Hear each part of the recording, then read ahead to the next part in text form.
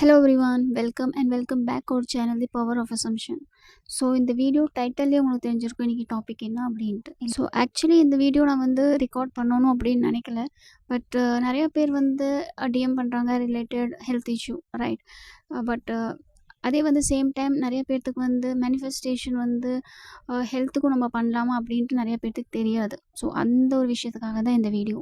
நம்மளோட ஹெல்த் வந்து எந்த அளவுக்கு கிரிட்டிக்கலாக இருந்தாலுமே வந்து நம்ம ஈஸியாக மேனிஃபெஸ்டேஷன் மூலயமா அதை ஹீல் பண்ண முடியும். So this is my personal experience which I'm going to share with you all. உங்களோட ஹெல்த் வந்து எந்த அளவுக்கு கிரிட்டிக்கலாக இருந்தாலுமே வந்து நீங்கள் உங்களே ஹீல் பண்ண முடியும், உங்களுக்கு உங்கள் மேலே நம்பிக்கை இருந்துச்சு அப்படின்னா.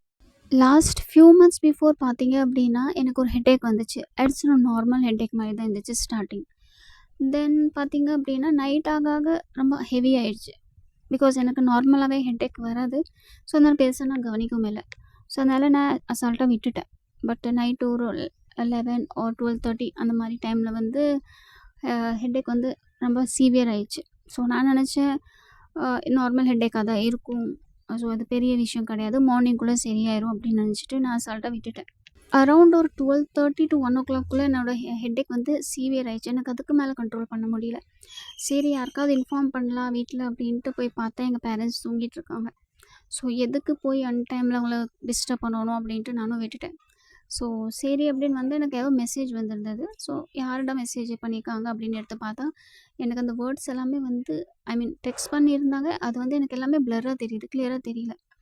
ஸோ நானும் ஏதோ ஃப்ரெண்ட்ஸ், ஏன்னா அன்டைமில் எனக்கு யாரும் மேக்ஸிமம் பண்ண மாட்டாங்க, பண்ணால் ஃப்ரெண்ட்ஸ் தான் பண்ணுவாங்க. ஸோ அதனால் சரி ஓகே அப்படின்ட்டு நான் வந்து I'm not feeling well, I text you morning அப்படின்னு டெக்ஸ்ட் மட்டும் பண்ணி விட்டுட்டு நான் போய் படுத்துட்டேன். அதுக்கப்புறம் படுத்தோன்னே கொஞ்சம் நேரத்தில் பார்த்தீங்க அப்படின்னா எனக்கு வந்து வாமிட் வந்துடுச்சு. தென் நான் போய் வாமிட் எடுத்துகிட்டு வந்து வந்தேன். எனக்கு ஹெட்டேக் வந்து என்னால் கண்ட்ரோல் பண்ண முடியல. ஸோ வந்து தைலம் எல்லாம் இருக்கும் இல்லையா, ஸோ நார்மலாகவே அதை யூஸ் பண்ணுறதில்ல. பட் ஹெட்டேக் வந்து ரொம்ப சீவியராக இருந்ததுனால அதுதான் ஒரு ஆப்ஷன் இருந்தது எங்களுக்கு அந்த டைமுக்கு. ஸோ அதனால் அப்புறம் அதை அப்ளை பண்ணிவிட்டு படுத்தேன். திருப்பி வந்து எனக்கு வாமிட் வந்துருச்சு. ஸோ திருப்பி போய் வாமிட் எடுத்துகிட்டு வந்து படுத்தது தான். ஸோ அந்த டைம் வந்து எனக்கு என்ன பண்ணுறதுன்னு தெரியல. ஸோ அதனால் வந்து நான் அஃபர்மேஷன்ஸ் தான் வந்து ரிப்பீட் பண்ணிட்டு இருந்தேன். ஐ எம் கம்ப்ளீட்லி ஹெல்தி, இதே வந்து நான் ரிப்பீட் பண்ணிகிட்டு இருந்தேன். I am completely healthy, I am completely healthy அப்படின்ட்டு. ஸோ பண்ணிகிட்டு இருந்தேன். நான் எப்போ தூங்குனேன் அப்படின்னு எனக்கு தெரியல. தென் பார்த்தீங்க அப்படின்னா நான் ஹாஸ்பிட்டலில் தான் எழுந்திரிச்சேன். அதுவும் எப்போ ஒரு 1 வீக் கழிச்சு. நான் வந்து கான்ஷியஸ் வந்ததுக்கப்புறம் பார்த்தா என்னோடய கை கால் எல்லாமே வந்து கட்டி வச்சுருக்காங்க.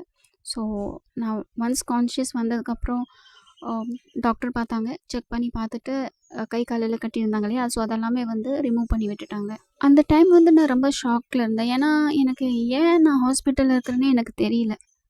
அந்த மாதிரி ஒரு சுச்சுவேஷன் இருந்துச்சு. ஸோ ஒன்ஸ் வந்து நான் கான்ஷியஸ்க்கு வந்ததுக்கப்புறம் வந்து நாங்கள் நர்ஸ் இருந்தாங்க. ஸோ நர்ஸ்கிட்ட சொன்னேன் எனக்கு எந்திரிக்கணும், I want to walk. So அவங்க சொன்னாங்க இல்லை நீங்கள் எந்திரிக்க முடியாது, ட்ரிப்ஸ் போயிட்டுருக்கு. ஸோ நீங்கள் வந்து எந்திரிச்சு வாக்கெல்லாம் பண்ண முடியாது, அப்படியே பெட்லேயே இருங்க அப்படி மாதிரி சொல்லிட்டாங்க. ஸோ நர்ஸ் என்ன சொன்னாங்க அப்படின்னா, நீங்கள் வந்து வாக் பண்ண முடியாது, வித்தவுட் டாக்டர் பர்மிஷன் நாங்கள் உங்களுக்கு அலோவும் பண்ண மாட்டோம் வாக் பண்ண அப்படி மாதிரி. இது வந்து கொஞ்சம் நேரமாக தான் இருக்கும் அப்படின்னு பார்த்தா ரொம்ப நேரம் வரைக்கும் வந்து எந்திரிக்கவே விடலை அவங்க.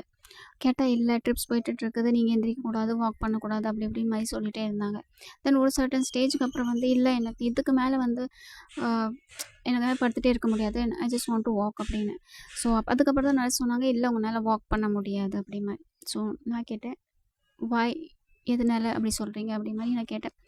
Then she told me that உங்களுக்கு வந்து ஸ்ட்ரோக் வந்திருந்தது and you are in coma for last 1 week. So கொஞ்சம் நேரத்தில் பார்த்தீங்க அப்படின்னா டாக்டர் வந்தாங்க. ஸோ டாக்டர் வந்து கம்யூனிகேட் பண்ணாங்க என்கிட்ட.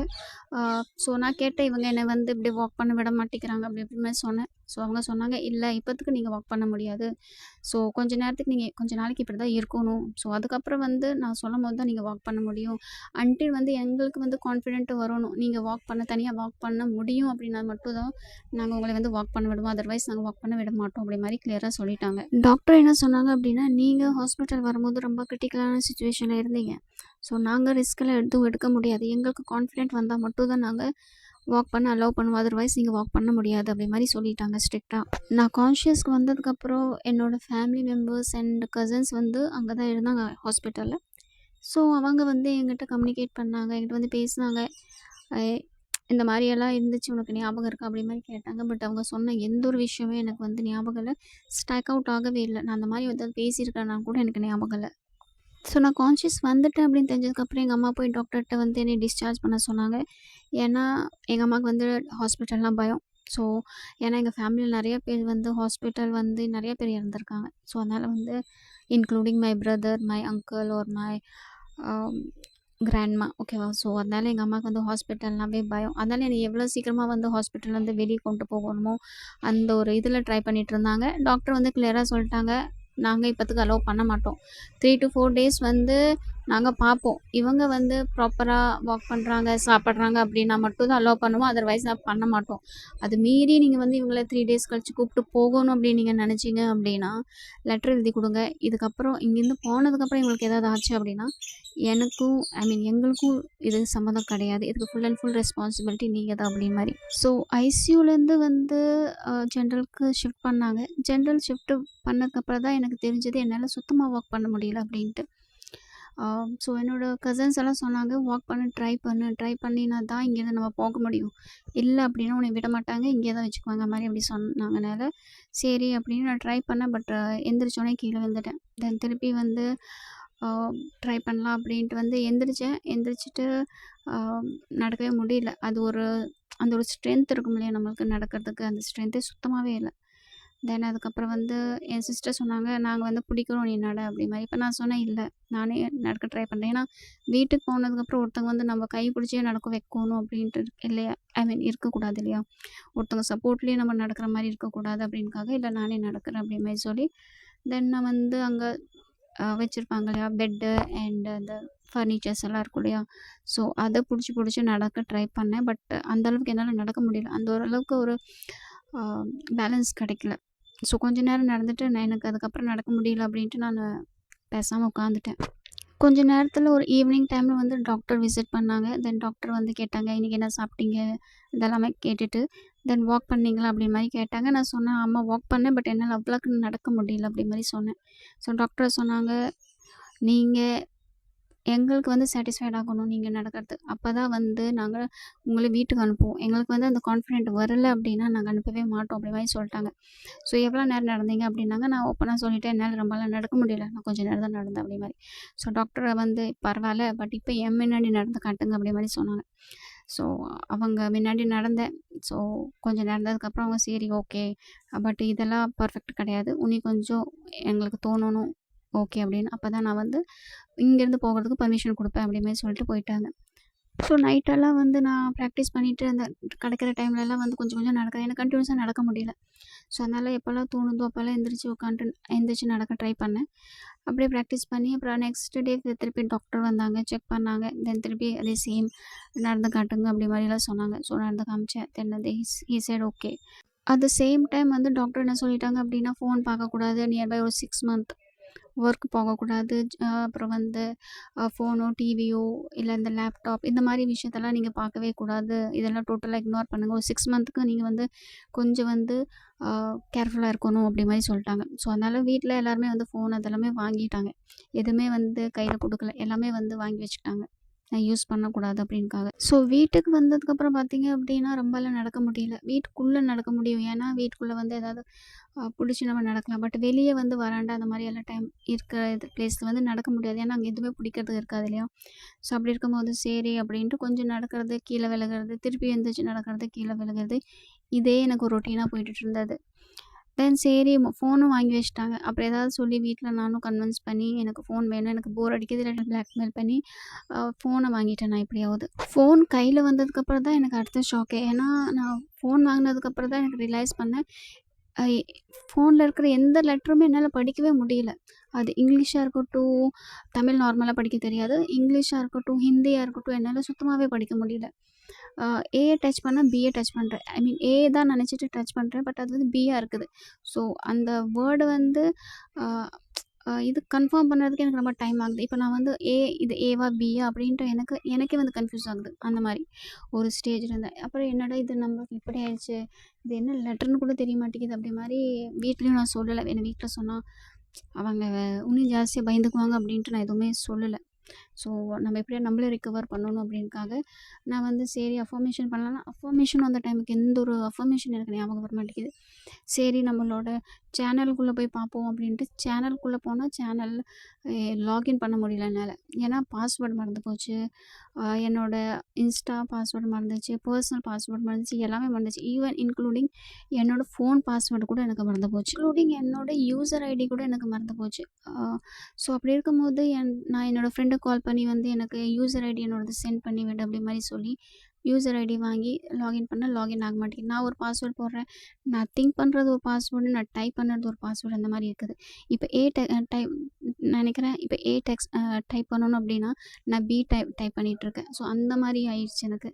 ஸோ எப்படியாவது நம்ம வந்து ரிகவர் பண்ணி ஆகணும் அப்படின்னுக்காக அப்புறம் கண்டினியூஸாக பண்ணிகிட்டே இருந்தோம். ஈவன் நம்ம ஒரு பாஸ்வேர்டு மறந்துட்டோம் அப்படின்னா நம்ம ஈஸியாக வந்து ரிகவர் பண்ணிக்கலாம் பை மெயில் யூஸ் பண்ணி, நம்மளோட மெயில் இல்லையா? ஸோ எனக்கு மெயிலை கூட ஆக்சஸ் பண்ண முடியாமல் போயிடுச்சு. அந்தளவுக்கு வந்து ஒரு கண்டிஷன் ஆயிடுச்சு எனக்கு. எனக்கு எப்படியாவது இதை விட்டு வெளியே வரணும் அப்படி. ஏன்னா அஃபர்மேஷன் எனக்கு சொல்லணும், அஃபர்மேஷன் எதுவுமே அந்த டைம் வர மாட்டேங்குது. எந்த ஒரு டெக்னிக்கும் ஞாபகம் இல்லை. எல்லாமே டோட்டலாக பிளாங்க் ஆயிடுச்சு எனக்கு. எப்படியாவது வந்து கஷ்டப்பட்டு நான் லாகின் பண்ணிட்டேன். பட் வந்து அதுக்குள்ளே இருக்க கன்டென்ட் என்னால் படிக்க முடியாமல் போயிடுச்சு. ஏன்னா ஆல்ரெடி சொன்னேன்லையா உங்களுக்கு, எனக்கு வந்து அந்த மெமரி லாஸே ஆயிடுச்சு. டோட்டலாக வந்து மெமரி லாஸ் ஆயிடுச்சு. ஸோ அதனால் அதில் என்ன எழுதியிருக்குன்னு கூட என்னால் ஆக்சுவலி படிக்க முடியல. ஸோ அதனால் நானே வந்து எனக்காக ஒரு அஃபர்மேஷன் க்ரியேட் பண்ணி அது வந்து நான் உட்காரும்போது, போகும்போது, நடக்கும்போது அந்த மாதிரி. ஏன்னா டிவியும் பார்க்கக்கூடாதுன்னு சொல்லிட்டாங்க, ஒர்க்கும் பண்ணக்கூடாதுன்னு சொல்லிட்டாங்க. லேப்டாப், ஃபோன் எதுவுமே பார்க்கக்கூடாதுன்னு சொன்னனால வேறு ஆப்ஷனும் இல்லை. ஃபோன் அதிகமாக பார்த்தா எங்கள் வீட்டில் ஃபோன் வந்து வாங்கிக்குவாங்க. ஸோ அதனால் வந்து நான் அதிகமாக ஃபோனும் பார்க்க முடியாது. அதனால் இருக்கிற அமைதியாக உட்காண்ட்ருக்க டைமெல்லாம் உட்காந்துட்டு அஃபர்மேஷன் பண்ணிகிட்டு இருக்காது. அஃபர்மேஷன்ஸ் எனக்காக வந்து பாசிட்டிவான வேர்ட்ஸ் மட்டும் சொல்லிகிட்டே இருந்தேன். இதே தான் நான் ப்ராக்டிஸ் பண்ணிகிட்டு இருந்தேன். தென் கொஞ்சம் கொஞ்சமாக வந்து எனக்கு கொஞ்சம் கொஞ்சமாக ஹீல் ஆக ஸ்டார்ட் பண்ணிட்டேன்.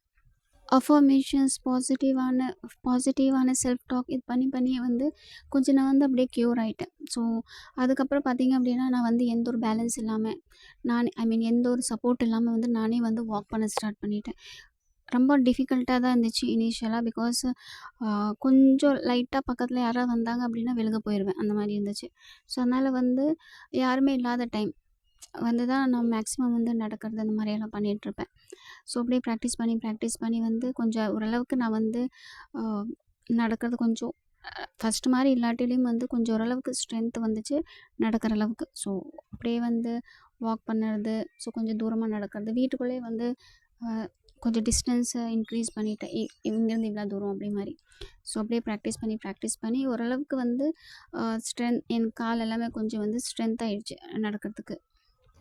இந்த மாதிரி ப்ராக்டிஸ் பண்ணி ஆக்சுவலி என்னாச்சு அப்படின்னா ஒரு சர்டன் ஸ்டேஜுக்கு அப்புறம் வந்து நான் வந்து ஒரு 50% வந்து க்யூர் ஆகிட்டேன். நான் ஹாஸ்பிட்டல்லேருந்து வந்து வித்தின் ஒரு 15 to 20 டேஸ்க்குள்ளேயே வந்து நான் இந்த அளவுக்கு என்னைய வந்து ஹீல் பண்ணிட்டேன். தென் அதுக்கப்புறம் பார்த்தீங்க அப்படின்னா இந்த டியூரேஷனில் வந்து பார்த்தீங்க அப்படின்னா நான் எனக்கு ரிலேட்டடாக எதுவும் நெகட்டிவாக நான் பேசலை, எதுவும் நெகட்டிவாக செல்ஃப் டாக் பண்ணல. ஒன்லி பாசிட்டிவ் மட்டும் தான். என்னதான் வந்து சர்க்கம்ஸ்டான்ஸ் வந்து எனக்கு நெகட்டிவாக இருந்தாலும் நான் பாசிட்டிவாக மட்டும் தான் திங்க் பண்ணிகிட்டு இருந்தேன். ஸோ அப்படியே ப்ராக்டிஸ் பண்ணி மேக்ஸிமம் வந்து நான் க்யூர் ஆகிட்டேன். ஓகேவா? ஸோ உங்கள் நிறைய பேர்த்துக்கு அந்த டைமில் யாராவது எனக்கு டெக்ஸ்ட் பண்ணி இருந்திருந்தீங்க இல்லை கால் பண்ணியிருந்தீங்கன்னா உங்கள் எல்லாத்துக்குமே தெரியும். நான் வந்து எனக்கு டெக்ஸ்ட் பண்ணாதீங்க, எனக்கு வாய்ஸ் மெசேஜ் சென்ட் பண்ணி விடுங்க அப்படின்ற மாதிரி சொன்னேன். ஏன்னா என்னால் அது நீங்கள் பண்ணுற டெக்ஸ்ட் வந்து படிக்க முடியாமல் இருந்தது. ஸோ வாய்ஸ் மெசேஜ் பண்ணால் நான் ரிப்ளை பண்ணுவேன், இல்லாட்டி நான் பண்ண மாட்டேன். ஸோ எனக்கு வந்து வாய்ஸ் மெசேஜ் மட்டும் பண்ணுங்கள், டெக்ஸ்ட்டு யாரும் பண்ணாதீங்க அப்படி மாதிரி நான் சொல்லியிருந்தேன். ஸோ என்கிட்ட வந்து கோச்சிங் எடுக்கிறவங்களுக்கும் தெரியும், அண்ட் புதுசாக வந்து கோச்சிங் எடுக்க வந்தவங்களுக்கும் தெரியும் இல்லையா?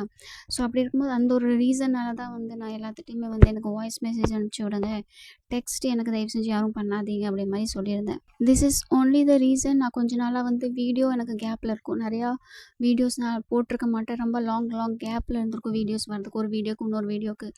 ஏன்னா எனக்கு ரொம்ப நேரம் வந்து ஃபோன் பார்த்தா இல்லை லேப்டாப் பார்த்தா வந்து தலைவலி வந்துடுது. ஸோ எனக்கு ஆல்ரெடி இந்த மாதிரி ஆனனால எனக்கு ஒரு இன்செக்யூரிட்டி இருந்துச்சு. திருப்பி ஏதாவது இந்த மாரி கிரிட்டிக்கலா ஆயிறக்கூடாது அப்படி மாரி. ஸோ, அதனால வந்து நான் மேக்ஸிமம் வந்து அவாய்ட் பண்ணேன். டாக்டர் நார்மலா என்னைய வந்து என்ன சொன்னாங்கன்னா, ஒரு 6 மந்த் வரைக்கும் இதெல்லாம் யூஸ் பண்ணக்கூடாதுன்னு தான் சொன்னாங்க. 6 மந்த் ஆகும் எனக்கு வந்து ஹீல் ஆகறதுக்கு அப்படி மாரி சொல்லியிருந்தாங்க. பட் வித்தின் 1 மந்த்தில் நான் வந்து என்னை டோட்டலா வந்து ஹீல் பண்ணிக்கிட்டேன். ஸோ, ஹீல் பண்ணனால தான் இப்போ வந்து நான் வந்து உங்க எல்லாத்துக்குமே வந்து வீடியோஸ் போடுறதோ, இல்ல நீங்க பண்ற மெசேஜ்க்கு ரிப்ளை பண்ணுறதோ என்னால முடியுது. அதர்வைஸ் என்னால கண்டிப்பா பண்ண முடிஞ்சிருக்காது.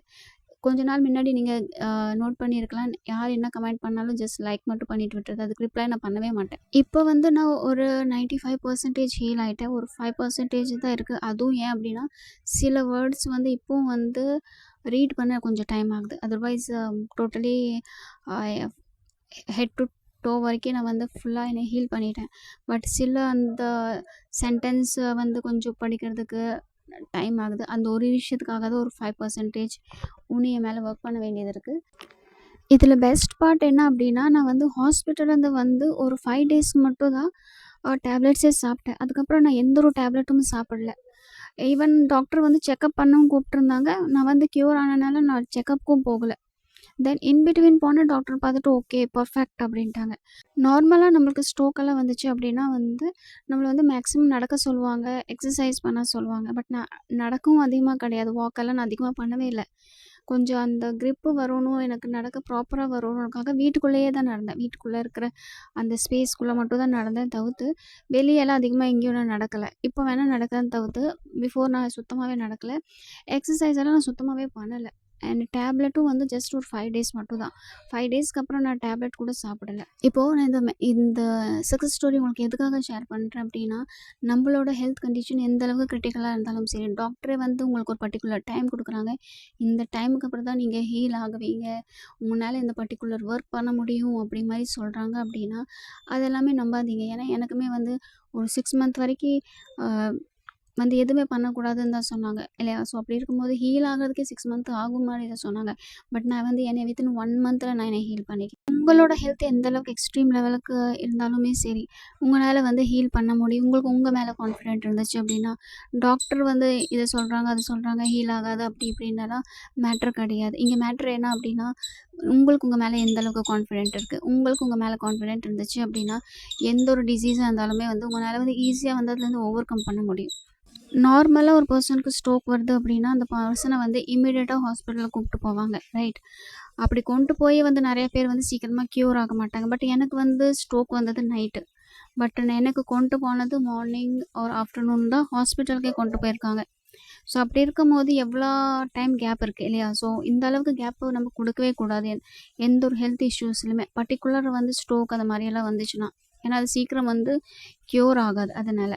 ஸோ அப்படி இருக்கும்போது லேட்டா போயும் நான் வந்து என்னைய வித்தின் 1 மந்த்தில் என்னால் ஹீல் பண்ண முடியும் அப்படின்னா, உங்களுக்கு எந்த ஒரு ப்ராப்ளமா இருந்தாலும் ஹெல்த் ரிலேட்டடா உங்களால ஈஸியா வந்து அதுலேருந்து ஓவர் கம் பண்ணி வர முடியும். பட் ஜஸ்ட் நீங்க மத்தவங்க சொல்றாங்க, இவ்வளோ டைம் ஆகும், இல்ல இது முடியாது அப்படின்னு சொல்றாங்கக்காக வந்து நீங்க கிவ் அப் பண்ணக்கூடாது. நீங்க உங்க மேல ஒர்க் பண்ணணும். உங்க மேல ட்ரஸ்ட் இருக்கணும்.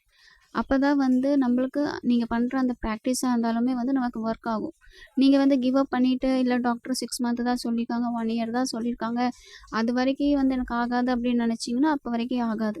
நீங்க வந்து இல்ல என்னால வந்து முடியும். என்னைய வந்து ஹீல் பண்ண முடியும்.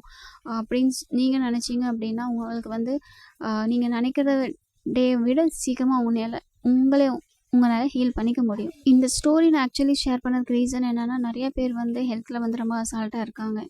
ஸோ நீங்க எஸ்பிய வந்து மேனிஃபெஸ்ட் பண்றீங்க, ஜாப் மேனிஃபெஸ்ட் பண்றீங்க. பட் ஹெல்த் அப்படின்னு வரும்போது, உங்க யாருக்குமே வந்து ஹெல்த்தையும் நம்ம வந்து மேனிஃபெஸ்ட் பண்ணலாம் அப்படின்ட்டு தெரியறதில்ல. ஸோ அந்த ஒரு ரீசனுக்காக தான் வந்து இந்த வீடியோ. ஸோ ஹெல்த்தா இருந்தாலும் சரி, இல்ல எந்த ஒரு சர்க்கம்ஸ்டான்ஸா இருந்தாலும் சரி, எந்த ஒரு சிச்சுவேஷனா இருந்தாலும் சரி, நீங்க வந்து மேனிஃபெஸ்ட் பண்ண முடியும். அது மேபி ஜாபா இருக்கட்டும், எஸ்பியா இருக்கட்டும், இல்ல ஹெல்த் இஷ்யூவா இருக்கட்டும். எல்லாமே வந்து மேனிஃபெஸ்டேஷன்ல பாசிபிள். ஸோ ஐ ஹோப் உங்களுக்கு எல்லாத்துக்குமே வந்து ஒரு விஷயம் கிளியரா புரிஞ்சிருப்பீங்கன்னு நினைக்கிறேன். ஹெல்த்தா இருக்கட்டும், ஜாபா இருக்கட்டும், இல்ல எஸ்பியா இருக்கட்டும் மேனிஃபெஸ்ட் பண்ணுறது ரொம்ப ஈஸி. நீங்க உங்க மேல ஒர்க் பண்ணீங்க அப்படின்னா, எல்லாமே வந்து பாசிபிள் தான். நீங்க பாசிபிள் நினைச்சீங்க அப்படின்னா பாசிபிள். நீங்க வந்து டிஃபிகல்ட் அப்படின்னு நினைச்சீங்க அப்படின்னா டிஃபிகல்ட் தான். உங்களுக்கு இந்த வீடியோ பிடிச்சிருந்தா லைக் பண்ணுங்க, ஷேர் பண்ணுங்க, சப்ஸ்கிரைப் பண்ணுங்க. இந்த மாதிரி நிறைய மேனிஃபெஸ்டேஷன் வீடியோக்காக.